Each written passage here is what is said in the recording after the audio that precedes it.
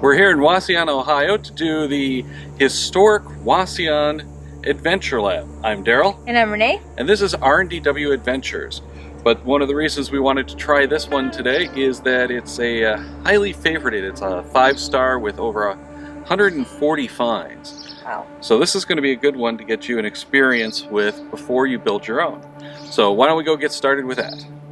So here we are at the first step in this adventure. Let's get it started. And we'll go through here. We're going to right here.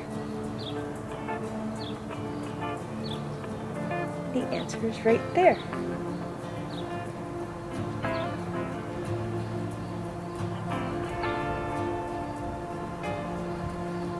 All right. Then we can continue.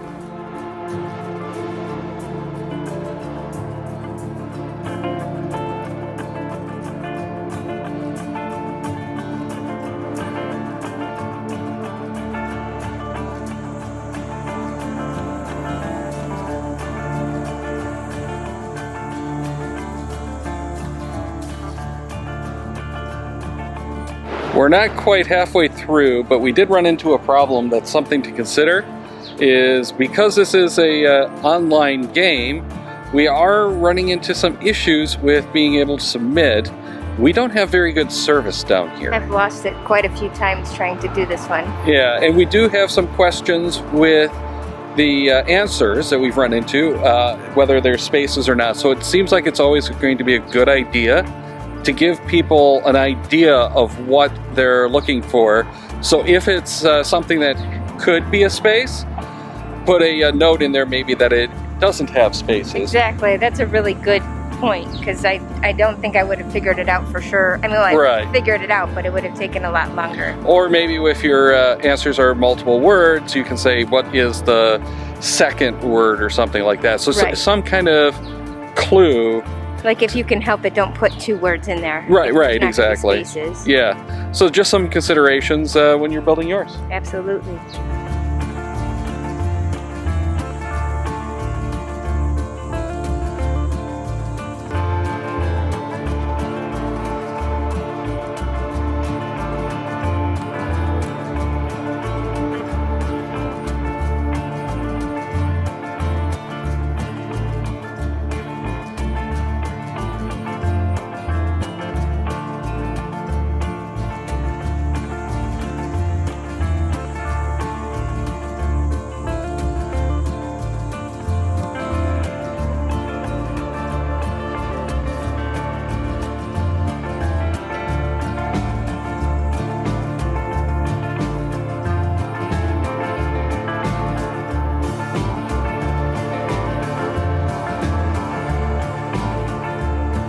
Well, we managed to meet up with one of the creators, OnABoat. Just happened to be down here this weekend as well.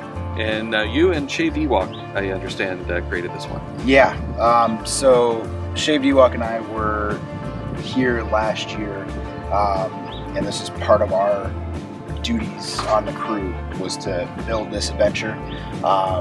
And we had another plan originally for what to do with this, but we decided that we could do something that was semi-permanent and would actually take people into town for once, instead of just staying at the fairgrounds or whatever else they normally do here. So we thought that this would be a nice change of pace. Well, I like the idea of something permanent, especially because this year the mega event had to be canceled, unfortunately, due to COVID. Yeah. So now at least there's something for people to do that is a literally non-touch environment. Yeah, exactly. I mean, I've enjoyed the adventures immensely over the past, I don't know, year and a half that they've really been big.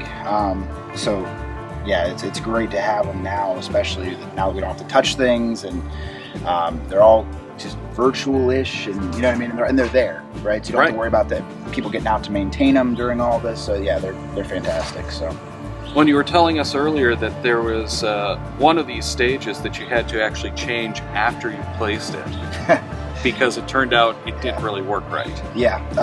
So when JD and I were out here, Shaved Ewok, when he and I were out here testing the original series, we had one across town, and the whole idea was to do a historical kind of tour of the city of Wauseon, because we think there's a lot of history here, and we're here every year for the event. We kind of drop in and invade them, and it'd be nice to kind of learn a little bit about the place we're invading every year. So, so we originally used a stop that had to do with like over by the high school. There's a walkway that has bricks of notable alumni and things that have gone to school here in Wauseon.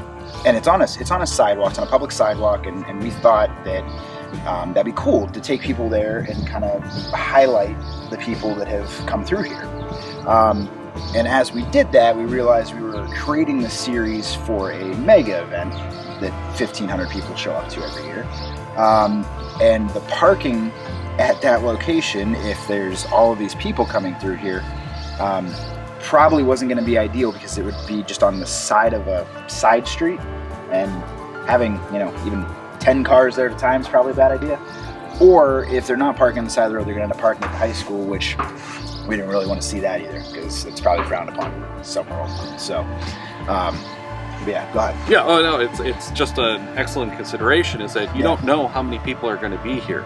So, in a lot of these, you know, this is an exception because it's for a mega event, but even just for something like Renée's, we don't know when it goes live that weekend. There could be a group of like 20 people that tries to do that. Yeah. So it's something to consider when you're doing think this. about where people are and where they're parking and things like that. Yeah. So. Yeah, you can either end up with 20 people that are, oh my God, this is so cool, let's all get together and go do this, because I haven't seen you guys in 8 months. Or you end up with one find in 6 months because nobody wants to go do anything right now. So yeah, it's just kind of it's all a guessing game. You got to think about all of them. So, do you have any other good tips? Like, I got my invitation, but I think I've only done one adventure lab actually. So yeah, the one thing that I always try to tell people is one of the most important things. And it's important to me, right? It's maybe not important to everybody, but what I think makes a great adventure is something that's unique and interesting, a well-themed adventure, if you will.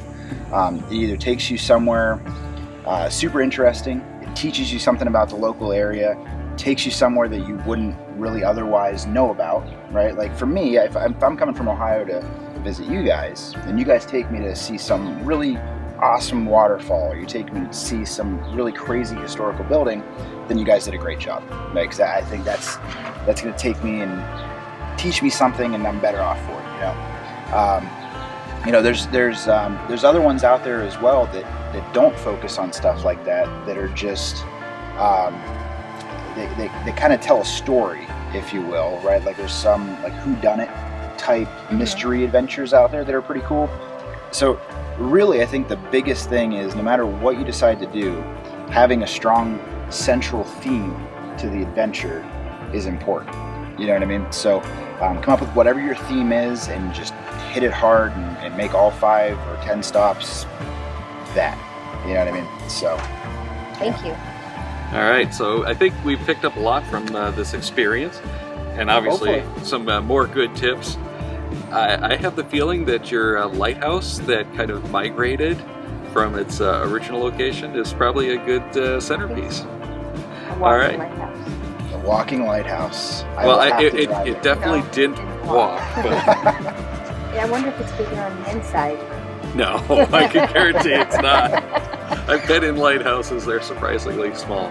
All right, well, thank you so much for that. And that's going to do it for this video. Make sure to click that subscribe button and check out some of our other geocaching videos that we've got on the channel.